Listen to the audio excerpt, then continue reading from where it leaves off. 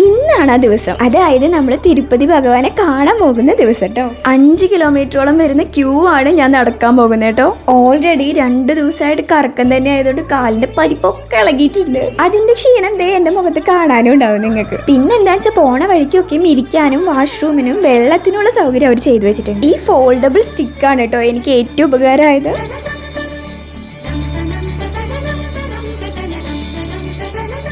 അങ്ങനെ രാത്രി 11 മണിക്ക് കയറി നമ്മൾ പിറ്റേ ദിവസം 5:30 നമുക്ക് ദർശനം കിട്ടിട്ടോ. അത്രയും രാവിലെ മൂടൽ മഞ്ഞിന്റെ ഇടയിൽ ഒരു മഞ്ഞ വെളിച്ചവും തിരുപ്പതി ലഡുവിന്റെ മത്ത് പിടിപ്പിക്കുന്ന നെയ്യിന്റെ മണവും പഴയകാല കൊത്തുപണിയോട് കൂടിയിട്ടുള്ള ആ ഗോപുരവും എല്ലാം കൂടിയിട്ടായപ്പോണ്ടല്ലോ ശരിക്കും ഒരു സ്വർഗീയ അനുഭൂതി തന്നെയായിരുന്നു കേട്ടോ.